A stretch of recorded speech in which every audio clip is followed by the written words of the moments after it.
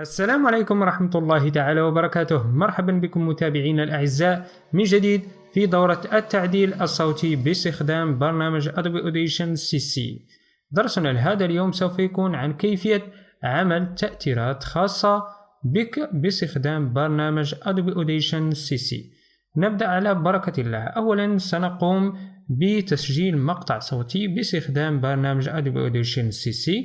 سنقوم الآن بتشغيله. السلام عليكم ورحمة الله تعالى وبركاته. مرحبا بكم متابعين الأعزاء من جديد على قناتكم قناة المصمم العربي. كما لاحظتم معي هذا هو المقطع الصوتي الخاص بنا. الآن سنقوم بعمل تأثيرات خاصة بنا.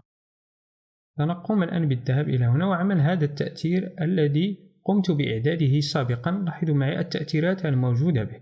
الآن هذه التأثيرات سأقوم بتحويلها إلى ملف يمكنني من استخدامه في أي وقت وعلى أي نسخة من برنامج Adobe Audition لتطبيقها واستعمالها على مقاطع الصوتية الخاصة بي.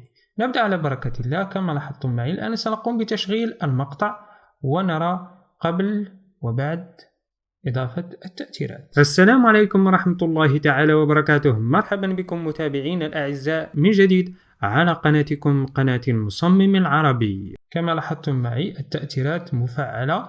الآن سنقوم باستخراج هذه التأثيرات. كل ما علينا فعله هو الذهاب إلى هنا. لاحظوا معي كما لاحظتم هذه هي اسم التأثيرات الخاصة بنا، فهي موجودة في قائمة أو لائحة التأثيرات. الآن سنقوم بالذهاب إلى فايل ونقوم بالضغط على نيو، ثم نقوم بالضغط على ملتي تراك سيزن.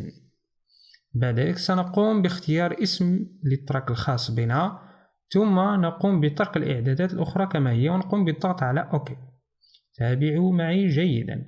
بعد ذلك سنقوم بالذهاب إلى هنا وإضافة ذلك المقطع الخاص بنا. سنقوم بالذهاب إلى هنا ثم نقوم بالذهاب إلى Answer، ثم نقوم باختيار فايل كما تشاهدون معي الآن. سنقوم بالضغط عليه أو نقوم بالضغط على Unite Title، ثم تمت إضافة المقطع إلى هذه الخانة هنا الأولى. كما لاحظتم سنقوم بتشغيل المقطع. السلام عليكم ورحمة الله تعالى وبركاته. مرحبا بكم متابعين الأعزاء من جديد على قناتكم قناة المصمم العربي. كما لاحظتم معي الآن سنقوم بتطبيق ذلك التأثير أو تلك التأثيرات على المقطع الخاص بنا.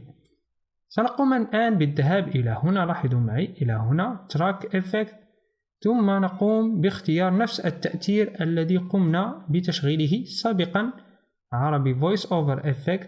كما لاحظتم الآن سنقوم بتشغيل المقطع ونرى أنه تمت إضافة تأثير عليه. السلام عليكم ورحمة الله تعالى وبركاته. مرحبا بكم متابعين الأعزاء من جديد على قناتكم قناة المصمم العربي. كما لاحظتم معي تم تطبيق أو عمل التأثيرات الخاصة بنا. الآن سنقوم بحفظ هذه التأثيرات على الحاسوب، وكلما أردنا ذلك الملف من التأثيرات سنقوم بتشغيله مباشرة باستخدام برنامج Adobe Audition CC. تابعون معي الآن. سنقوم بعمل إكسبورت لهذه التأثيرات. سنقوم بالذهاب إلى فايل. قبل ذلك سنقوم بالضغط هنا، ثم نقوم بالذهاب إلى تراك، ثم نقوم بالضغط على Delete Empty Tracks. نقوم بإزالة جميع التراك الفارغة كما لاحظتم، ويمكنك أيضا إزالة هذا التراك هنا أو تركه كما هو، لا مشكلة. بعد ذلك سنقوم بالذهاب إلى فايل، ثم نقوم بعمل Save As. لاحظوا معي جيدا. ثم تظهر لنا هذه النافذة هنا.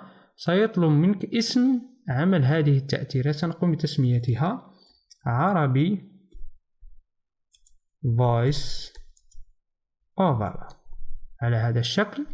لاحظوا معي الآن. ثم نقوم بالتوجه إلى Browse، ثم نقوم باختيار الملف الخاص بنا. يمكنك اختيار أي ملف سميه ما شئت لتضع فيه جميع التأثيرات الخاصة بك، ثم نقوم بالضغط على Save، ثم نقوم بالضغط على OK كما لاحظتم، ثم نقوم بالضغط على Yes، ثم نقوم بالضغط على Yes كما تشاهدون، وأيضا هنا بالضغط على OK كما لاحظتم الآن هنا يطلب منك تسجيل أو حفظ هذا المقطع، سنقوم بحفظه أيضا في نفس الملف.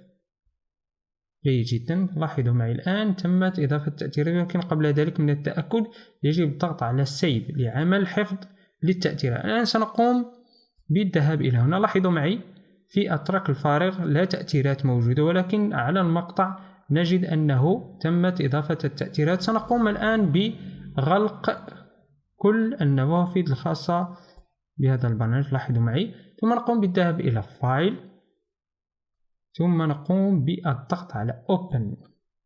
تابعوا معي جيدا. نقوم بالذهاب إلى هنا، ثم نقوم بإيجاد ذلك الملف الذي قمنا بحفظه الذي يحمل التأثيرات الخاصة بنا. سنقوم بالضغط عليه، ثم نقوم بالضغط على OK ولا Open. لاحظوا معي تمت إضافة وفتح التأثيرات كما هي. قم بتشغيلها الآن. السلام عليكم ورحمة الله تعالى وبركاته. مرحبا بكم متابعين الأعزاء من جديد على قناتكم قناة المصمم العربي. أتمنى أن تكونوا قد استفدتم من هذا الدرس البسيط. لا تنسى بعمل لايك وبالاشتراك في القناة لتتوصل بكل جديدنا، ودمتم في أمان الله.